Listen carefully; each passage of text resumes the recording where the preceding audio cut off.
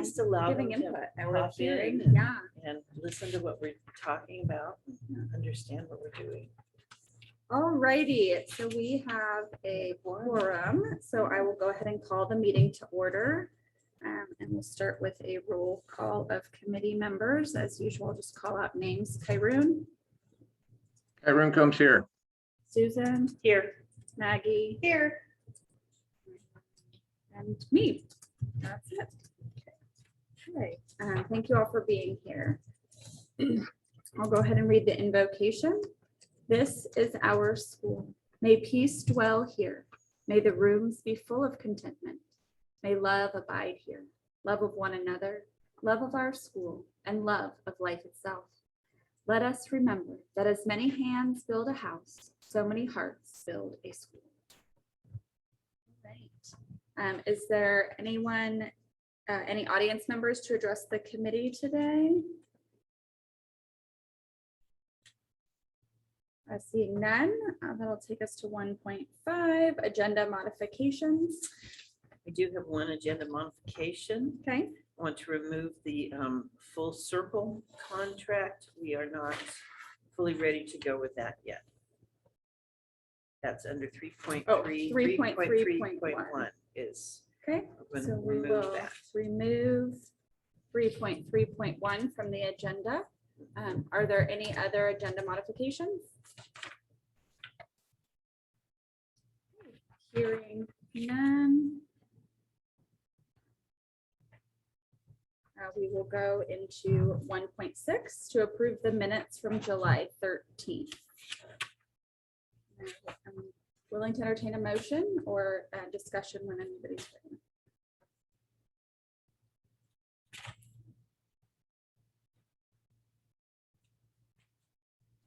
I'm ready to make a motion if there isn't any objection. Excellent. Thank you, Kyron. And I'll second that motion. Right, so that's Kyron with a motion, Maggie with a second. I will call for the vote. Chelsea, aye. Susan, Aye. Maggie, Aye. Kyron. Everyone comes aye. Right, that takes us to section 2, the financial reports. Jim.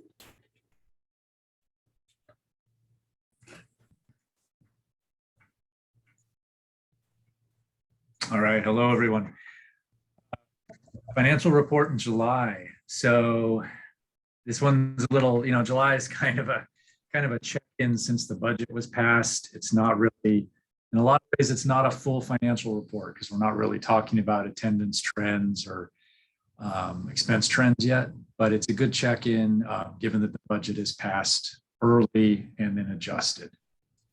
So based on the very early results we have right now, we would say we're at the enrollment budgeted. We continue to see the funding budget to be the same as expected for the year. So very similar results, slightly higher revenue, slightly higher expenses based on approvals after the approval of the initial budget. So basically right in line, a little shift on both sides. Good news, happy to announce that cash ended July at over $500,000. This was a big concern going through 2020, 2021. And so for the year ending stronger and then cash flows picking up in July and then again in August, much more confidence about cash as we go through 21, 22.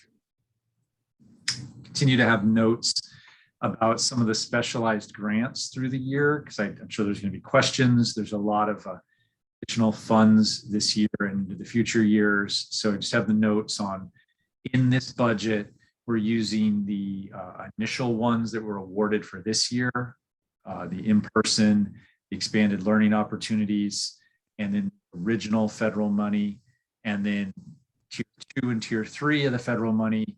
This budget uses 1/3 of the second round, with approximately 2/3 of it saved for the future years, and then the third round is assumed all saved for future budgets.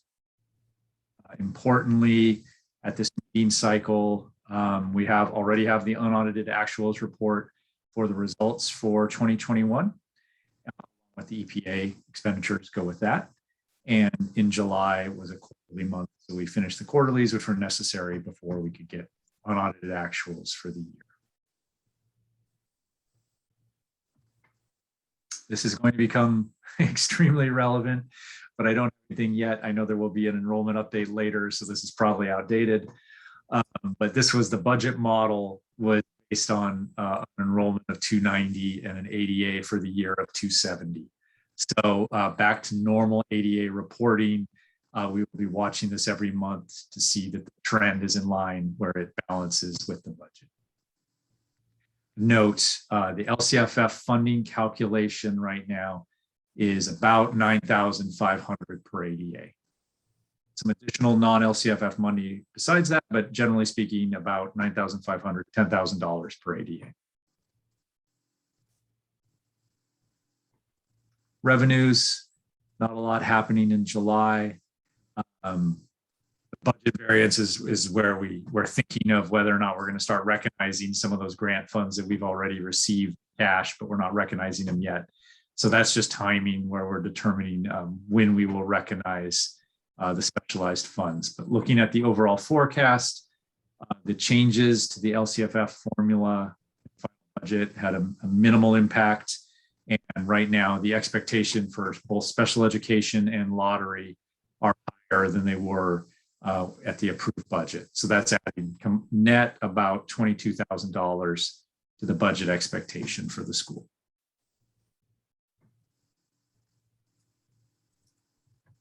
Expenses, we would still expect to see a full budget worth of expenses to occur. The changes here are some of the compensation changes that were approved by the board at or right after the approval of the official budget.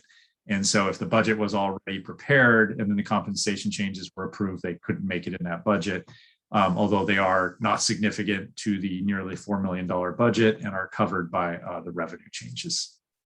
Additionally, we'd expect to see a little more cost for the additional summertime, and then that will be covered by specialized funding this year.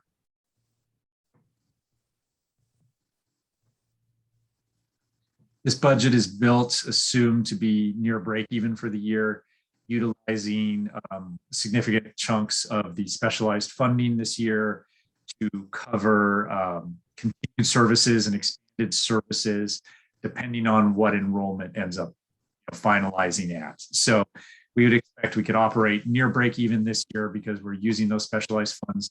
If the budget were operating at a better surplus, those funds could be delayed and not utilized, continue to operate near break even and save those funds for the next 2 years. So that would end approximately 1.1 million, about 3% surplus, which would be a good ending for the school. Obviously just starting, but a plan to end there with the additional hundreds of thousands of specialized funds available for the future years. Cash, we feel a lot better about that this year.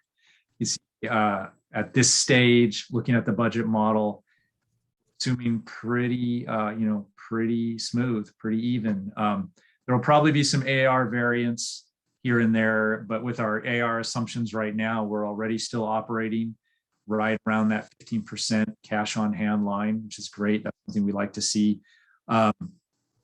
Maybe 1 month AR comes in slow, but it won't be enough to be a concern as long as we know it's still collectible. So cash looks solid, not the concerns we had a year ago. Just over $500,000 on July 31st. The model to end slightly above that, about 650 in this model.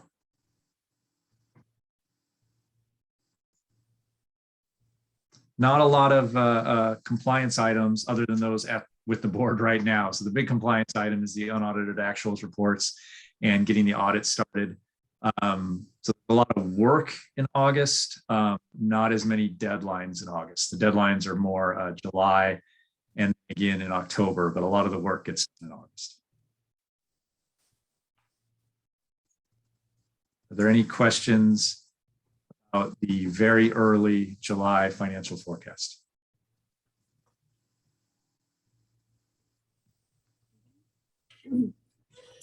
Well, thanks for that, Jim. And it's always nice to hear that good news of like looks like we made it, that we're ending positively both in the budget and in our cash position. So that's, I feel like, huge with the year that we've had. So thank you for that. All right. Does anybody else have any questions or comments? Okay, hearing none, I will entertain a motion to recommend the board approve the Charter Impact Monthly Financial Reports. I will move to recommend that the Charter Council approve the report. Great, thank you, Susan. Do I have a second? I'll second Susan's motion. Great, thank you, Kyron. Call for the vote. Chelsea, aye. Susan, Aye. Maggie, aye. Kyron. Kyron, aye. Great. And then, do we have the check register? Yes. For the point of sale transactions? Okay, thank you. So for 2.2, we really didn't see much for point of sale purchases. Not too bad. Brown Sheep Company, that's in work, correct? Mhm. Okay. We will So add, was Joanne's. Yeah. Yep. Obviously, they did some shopping this last. Sure. Sprout people. Yeah, we did some with Flint Scientific. We did some refurbishing and reviewing of the science closet for the upper grades. So, Great. so did some good work on that. Thank you, Ally Welch. Yes. Oh, she's the best to do that. Our Jerry, our favorite scientist. Okay. Judy on your good stuff.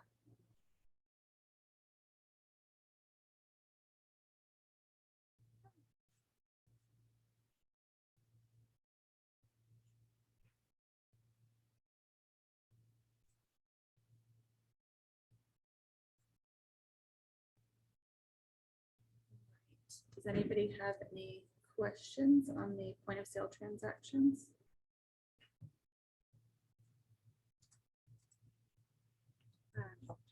Hearing none, I will entertain a motion to recommend board approval for the point of sale transactions.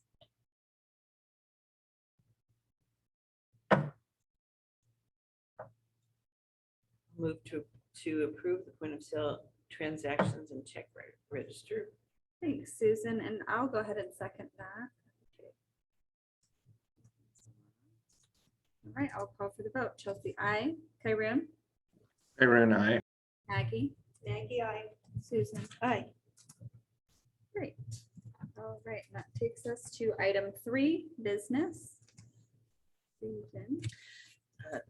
So this being the beginning of the 21-22 school year, I wanted to verify the meeting dates for 21-22 as the second Tuesday of each month for the next school year. And do we have any, do you know offhand, I meant to look and didn't have a chance, that coincide with school breaks other than obviously our summer meetings? I believe I double checked before. Now I'm second guessing myself, but I'm pretty sure when I was doing that, I did go through and double None of the check. dates jump out at me as those dates because like the March date is before, I think a lot of times our charter council it, ends yeah. up on the Charter Council has a few wonky Thanksgiving ones, and yeah. springtime. And Wednesday, December 14th. Reason for that? Oh, Wednesday? this was, that's right, this was one. I believe, let me double check.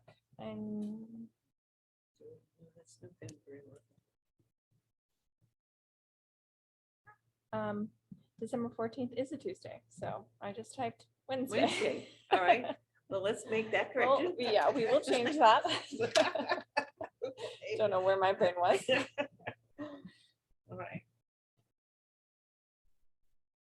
Interesting. So if there's no concerns, I will move to approve next year's committee meeting dates with the correction of Tuesday, December 14th. I'll second that. Great, thank you, Susan and Maggie, the second. Call for the vote. Susan, Aye. Maggie, Aye. Chelsea, I, Kyron. Irene, I. Righty. And now item 3.2 is to reestablish committee members and their roles within the committee.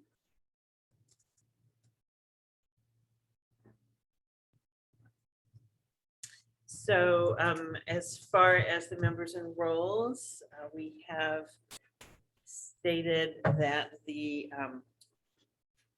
board member is also the head of the committee that runs the meetings, and that I represent the executive director, represents administration, and then we have 2 teachers who are represent faculty and 1 classified person.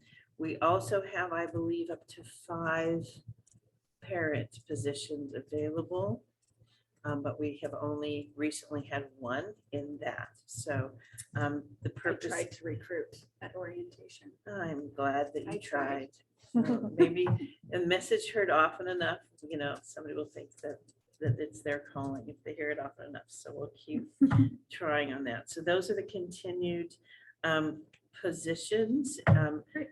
The classified and the faculty positions, the actual members will be established over the next 2 days as we have the in-services. Okay. So I was the gonna say, I membership get will that. be updated before the next meeting. Perfect. And I think the same thing with the board member, because that's something that's on tomorrow's agenda. Yes. So the actual members will be Okay. updated at that time. All right. And we really only have, as far as officers of this committee, we have the chair and the co-chair, and that usually, it does land on the board member and then the administrator to run it if the board member is here. So this committee is a little easier than the Yeah, board, the school board. as far as I'm concerned, if it isn't broken, don't fix it. So I would like to make a motion to continue with our established roles for the committee. I'll second that motion, Chelsea. Great, thank you, Maggie. I'll call for the vote. Kyron, Irene, I. Susan, Aye. Maggie, Aye. and Chelsea, I. Great. That takes us to item 3.3, contracts, with the exception of 3.3.1. Right. And I think we can probably discuss all of them, and then unless there's any objections, approve the 2 together.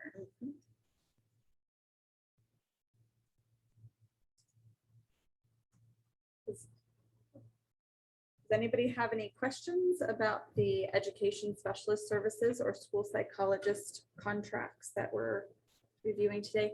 And if I remember, the school psychologist is the same. It's a re-up or whatever, if you will, because we worked with them before, correct? Through Sherwood? Or were we using Rachel, do you want to something else? answer that question if you're on? Not sure that you. We ended up doing a interview. Michelle, the executive director over at Sherwood, and I did an interview with a lady, and both agreed that she would be a great addition to both of our schools. Previously, I think way back in the day, Sherwood had a gentleman named Matt McLaughlin, and we had contracted out for him. But so it's a new lady, her name's Tammy.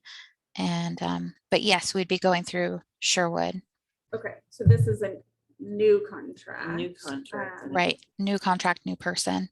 Okay, I have gone back to Michelle at Sherwood concerning they have a 4% charge, and I asked them if that was accurate or not.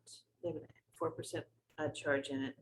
And so she was meeting with her CBO and board today. The other contract that we have with the charter school is for the nurse, and that's a 2% contract. So it's intended, of course, to cover their costs. So I've just asked her to go ahead and reestablish that. So I would like to go ahead and ask that we approve this with a caveat that we will accept a reduced fee if they offer it. Yeah, I think that's great. And then the ed specialist services, is this a new vendor, ATX? It is a new vendor. Okay, I thought so. Okay.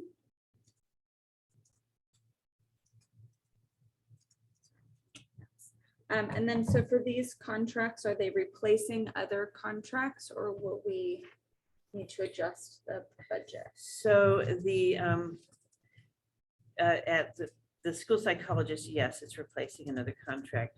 The ed specialist, we had a direct employee last year. We interviewed, we were not able to get somebody to stick with us for that. So we had to go to an outside vendor to bring someone in for us. So this is new, but I cannot tell you the precise comparison of the budget at this time, but it is pretty much a replacement. Okay, so that'll just be, because this will be an outside contract, so Mhm. essentially we'll be moving the money. Yeah, from Okay, one place to another. nope, that's great. Thank you for that clarification. Excellent.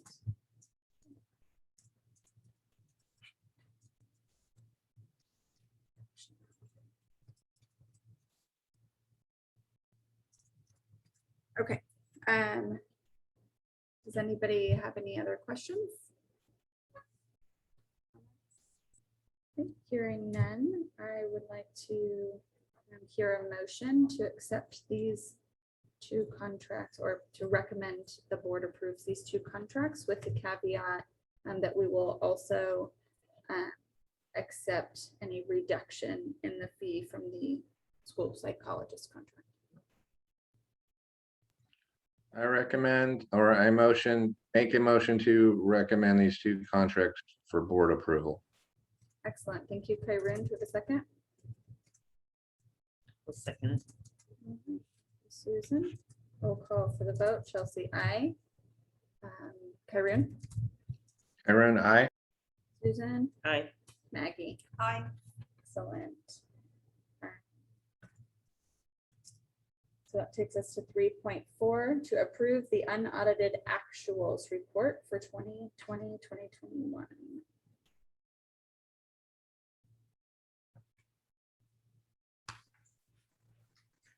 And this, so what's on the screen right now is actually the EPA.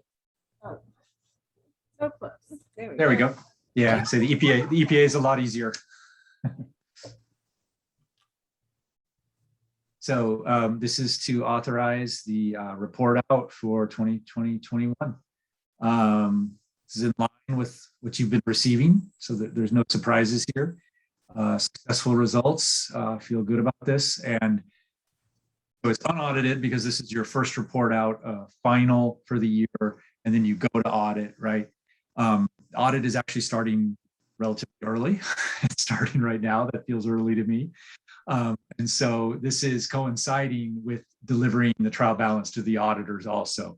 So there could be a gap where this is due in August to your authorizer, and your auditors might not have come out later, and there's more time for change. I hope there isn't any, but there could be. But basically, this is also going to audit right now, these same numbers. So this is the template used by all schools, or the version used by all schools in the state, about the results. And so this will be the ending surplus we discussed in the range of 1.1 million. Results for 2020-21, single year increase of 600,000 plus.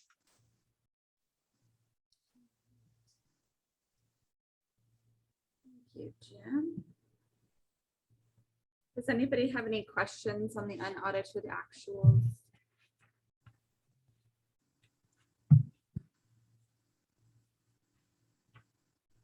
No? All right, right, well, I was very happy, Jim, to get a look at these and just to have them be in line with all of the discussions and changes we've made throughout the year. It's good to see that that's all handled smoothly and nice and clear. So thank you for that. It's been a heck of a year to keep up with all those changes. So Yes. I'm grateful. All right, well, hearing no other questions or concerns, I'd like to make a motion to recommend the board approves the unaudited actuals. Do we have a second? I'll second that motion. Oh, I think Maggie beat you to it, Kyron. No worries. All right, then I will call for the vote. Chelsea, aye. Maggie, Maggie, I. Susan, Aye. Kyron. Kyron, aye. All right, so that takes us to 3.5, the EPA final expenditures. So I had a quick comment here. So every year, the EPA was originally approved as a tax increase to shore up funding for education first in 2012. So along with that, it has to be made sure that the funding isn't used for administrative salaries. It can be used anywhere else for instructional support in education. And it's approved by the board every year with the budget saying, okay, this is how much we think we will get in EPA. And so this is how we will spend it. It's just a component of your LCFF. So it isn't new money to the board, it isn't new money to the budget, but it is an example how more and more your standardized funding, your LCFF is becoming more and more like a restricted grant. And so at the beginning of the year, the EPA, the percentage that was going to be paid in EPA was significantly lower. When we got to the end of the year, the way the revenue increases work for the state in 2021 compared to expectation didn't change your LCFF in total, but it shifted how much you would receive in EPA if you were a school that was in existence when EPA first passed. So schools that founded in 2013 and after have a fixed rate, but the pre-existing schools like Blue Oak have a more of a rate based on your funding at that time. And so the component of your LCFF basically doubled. It was EPA.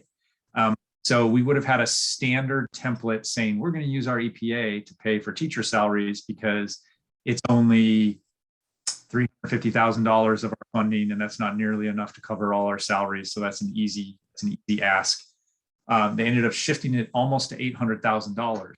This helped with the cash timing because EPA is paid quicker than the apportionment funding. So that's part of why your cash was stronger in July, was the higher EPA receipts. So this is unusual compared to what you would have seen previously. We're using it in the same way. It's just a lot more EPA, not a lot more in total budget, just a lot more in this category of revenue.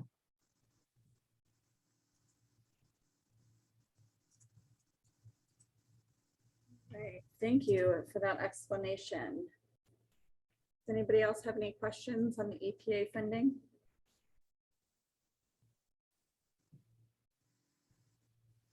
Okay, hearing none, I will entertain a motion to recommend board approval of the EPA expenditures. I will second the motion. Or I didn't make a motion. Oh, I'll Would you make a like to motion. Sorry. I thought you made the motion. I'll second the motion. Yeah, you're only hearing half. I don't listen to myself either.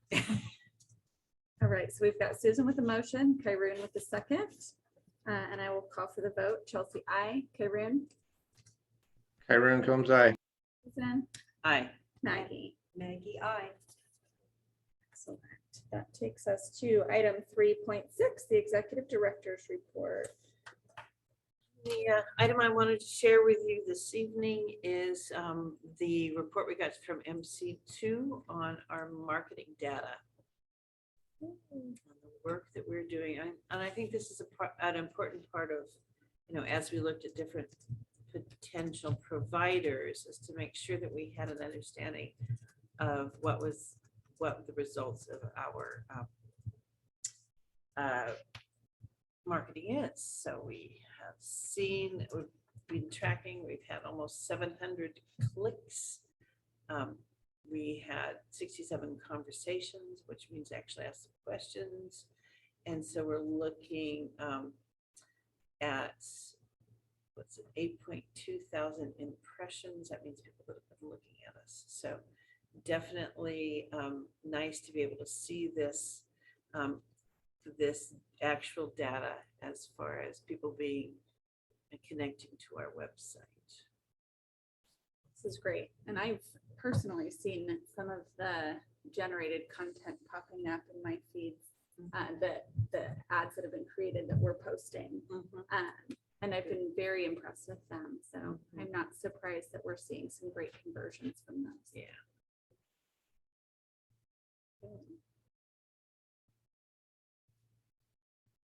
And the 81% of clicks from mobile devices, that just is my biggest thing of like, it always has to look good on the phone. And so I'm really glad with our new website, how functional it is on the phone.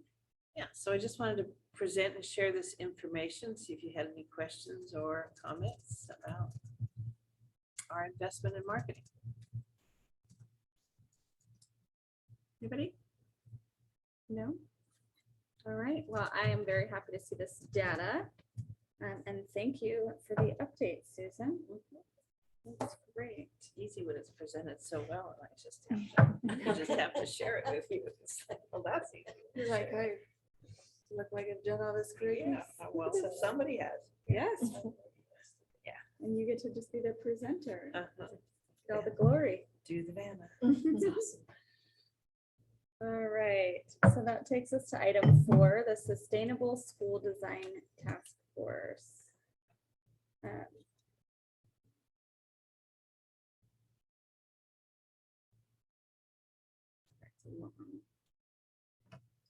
Okay, so 4.1 is the deliberation on what it takes to be sustainable. So I think that's. Yeah, and I think that not sure without the full committee being here, especially with the parent representation, that this is really something we can do today, but it's something that has been percolating in my mind. That is just, when we brought sustainable schools to the finance committee, it was all about money. But now as I look at it, I also say things like, what's our professional development going to be? Because what's our, what are our intents as far as what we want to do as far as additional programs and specialties? I feel like in my mind, at least, it's broadening to be more than just like, can we afford to run a school, which is where we started, and more a topic about what does it take to have the quality that we want, not just can we afford to have specialty teachers, but what is it? Yeah, what does it need to look like? And doing the master schedule this year, thinking about how many specialties really work in a schedule as well as what we can afford. So it's so to me, and as I'm doing the work and thinking about it, it's broadening. And I wanted to have that discussion here with other people, representative people thinking about it as well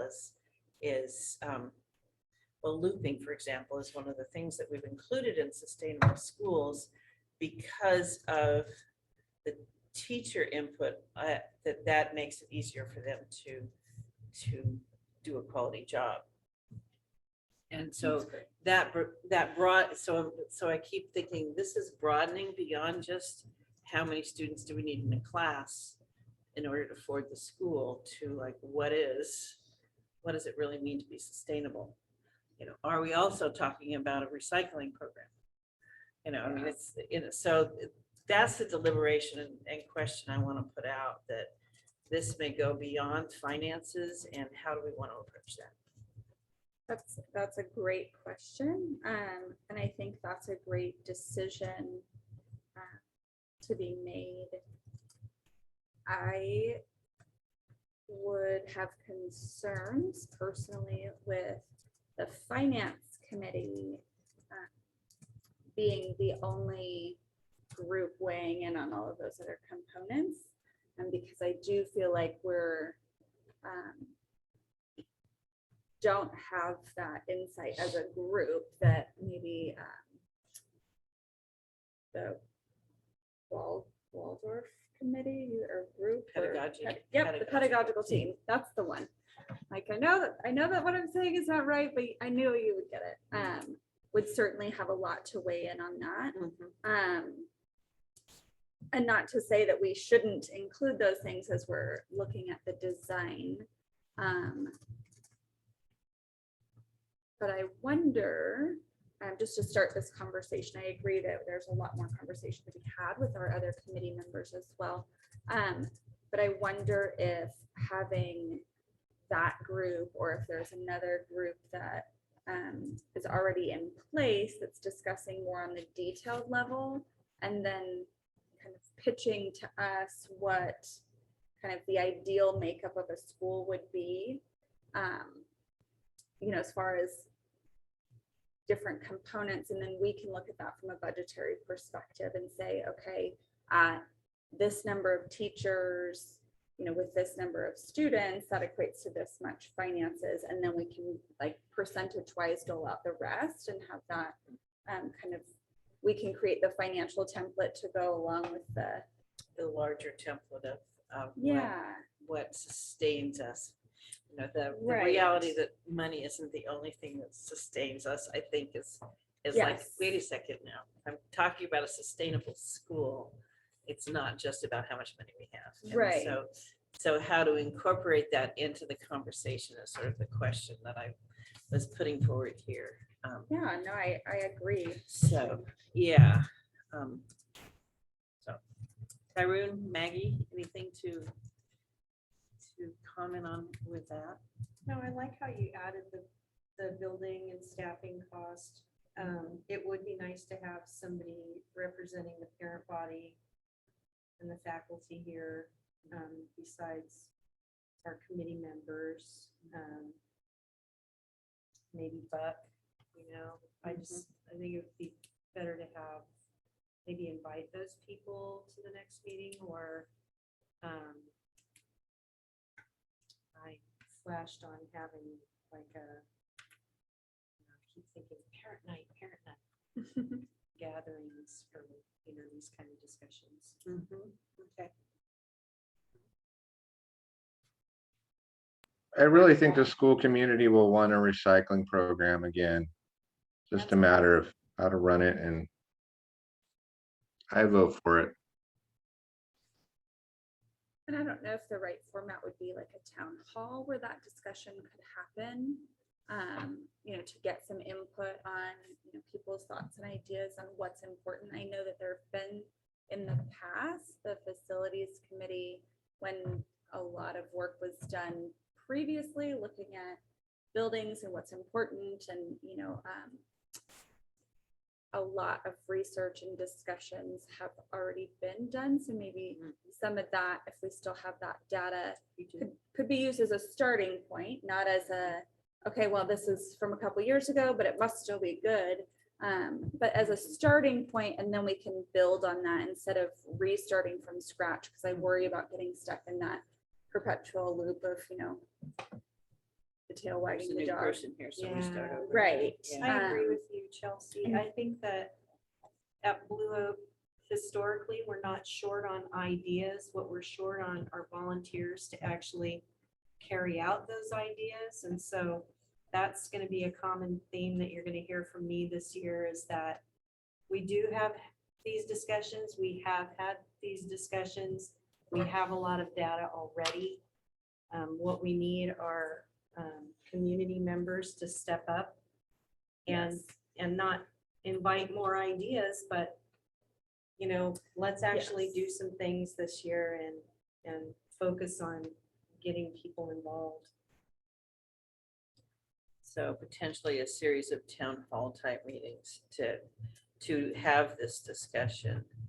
And then additionally, when we're having that discussion, inviting additional people to this meeting, like the pedagogical team or the co-chairs or Yeah. someone like that, in order to actually give input on what that Give means. input, rally Yeah. excitement so that we can have parents actually do what they used to do and not stand up and say, hey, I want to be involved in this. I want to do this. Yeah, I so, will lead this effort. You know, that doesn't mean I'm going to do everything. That means I'm going to recruit other people to help me lead this effort. And that's what we need to generate again, I think, at Blue Oak. I think one of my thoughts on kind of how this could process and still be effective without continuing our circular pattern is starting with a series of town halls, short series of town halls. And then that information, the community input, my thought would be then would go to the pedagogical team of how that community input integrates with the Waldorf pedagogy and how to marry that with, all of the research that was done previously as well. And kind of then put together like the ideal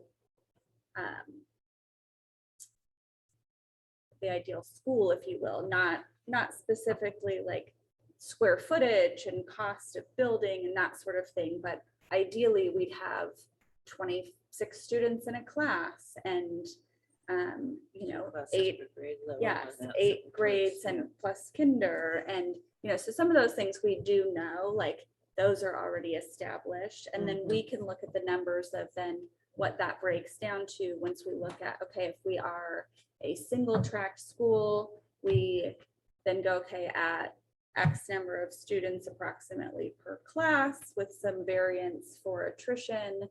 We can then take the ideals and look at what those numbers break down to budget percentages. And then it would kind of go to administration really on in the end result on how to execute that. If there's X amount of dollars for specialties because we've used up X amount of dollars for teaching and X amount of dollars for building and X amount of dollars for these other things, then the specialty program would then be fit into that. And the same thing with kind of all of the budget components. There's the fixed things like our building costs and our teaching staff, and then the additional things, and that would include a percentage of the budget for professional development and that sort of thing. Because I really don't think it's the place of this committee to determine what professional development happens, but what amount of our budget we can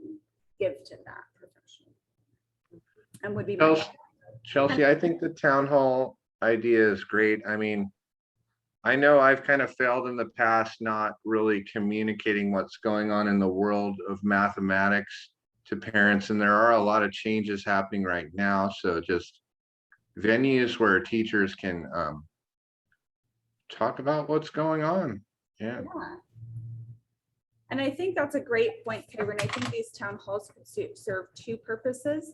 One, to have the discussion about like ideas on what could make it better, but also the opportunity in reverse for either the pedagogical team or the co-chairs or a representative or multiple representatives of the staff to maybe start leading the meeting by here's what we do and why, and be able to incorporate that. So then we have a jumping place so that we don't have then a big group of people that's trying to invent a school that we already have.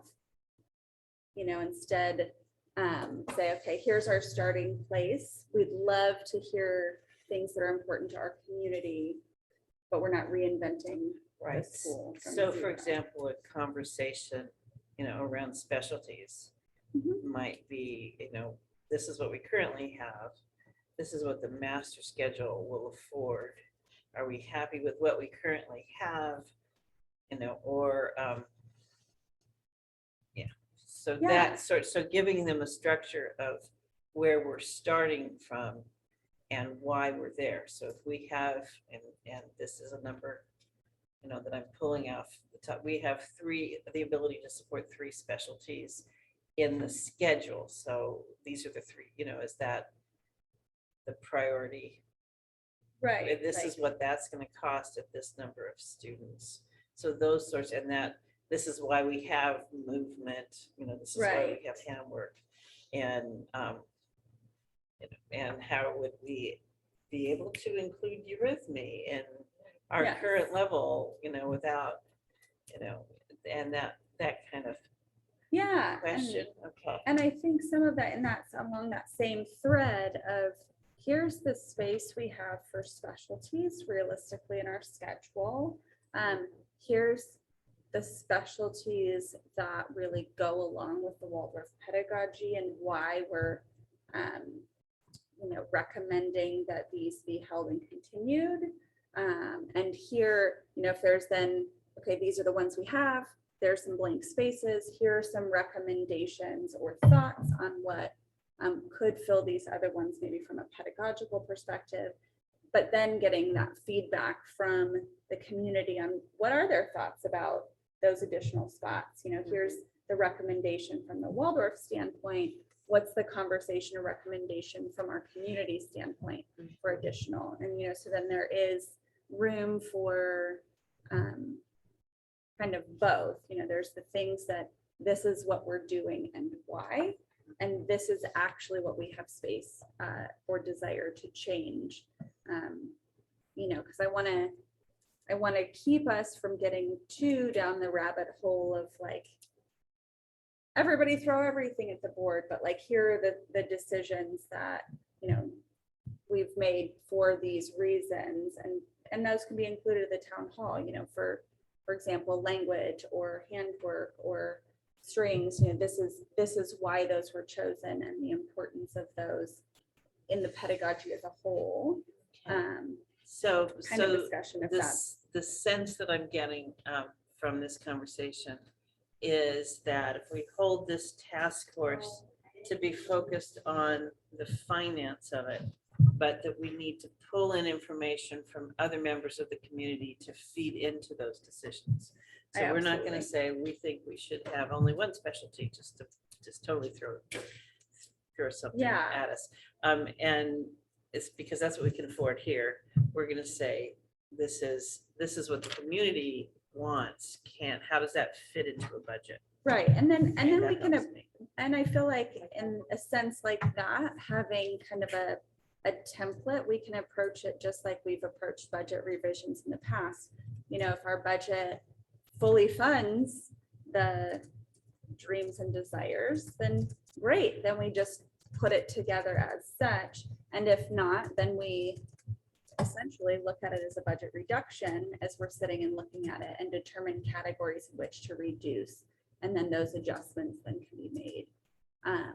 Because I am concerned that if this committee starts to go into those weeds and those discussions happen about which, as I've seen attempted to happen in past budget reduction meetings, where the conversation starts to become then more of a battle of why we think which things are important. And I don't think that is the work of this committee or the intention of the task force to make those decisions independently. So I do think that having that external input that gives us an idea of what we're budgeting for, and then we create the budget template that may or may not afford all of the things that we would love to have, but being able to approach that as a financial component, I think would be, which I think is good. It's to have this discussion because I feel like last time, I asked Jim, do we have like a boilerplate school template of how we spend money for us to start? But I think this will actually give us that from a very customized perspective of our school's boilerplate, like where we would like to be, and then we can create that. Okay. All right, you've given me some good ideas, and I do appreciate the thoughts. I think that gives me a direction to go in order to bring it back to this committee for the next step. So, thank you. That's Great. what I have. And I'm happy to assist with the execution of those steps as well. I don't think that it is outside of the purview of this committee to just, to not participate, but to, we can help even guide those discussions. But with you. But our purpose in this committee is the finances, so we don't want to be making assumptions or, ideological, is that the right word? Perspective rather than from a finance perspective here. So I appreciate that. Thank you very much. Great. I'm not sure that either Jim or I got to the building or staffing cost projections before this meeting, so I don't have a document for you for that. Which I think is fine based on what we just discussed in 4.1. I think some of that needs to be, now that we've had that kind of conversation, some of that needs to, I guess, be more specific for our desires of the school. And the other truth is, and Jim mentioned, I think briefly in the last meeting, things are changing on financial statements so hugely right now that it's almost not possible. It's not like we can go back for the last 5 years and say this is the way everything happens. It's not happening that way right now. So, where we're going to be, I don't know. 5 years from now. Yeah, is really Yeah. a good question. So, so I think having that more pedagogical discussion and that sort of thing makes more sense. Because then I think that allows us, because we know currently what the estimated income for ADA is. And so, almost $10,000. We just said that in this meeting earlier.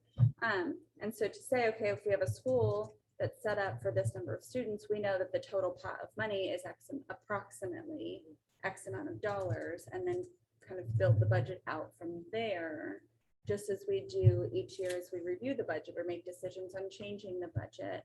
We have our total dollar amount and all the categories we have to fund, and that's kind of where how it all flushes out. So I think that'll be good. Okay, great. So that, if nobody else has any comments, questions, thoughts on the Sustainable School Task Force? Great. Hearing none, that takes us to our next meeting on Tuesday, September 14th, also at 4:15.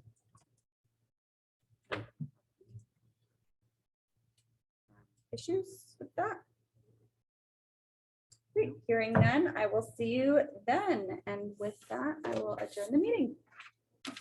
Have a good night, everyone. Thanks, Thanks, Karen. bye, Byron.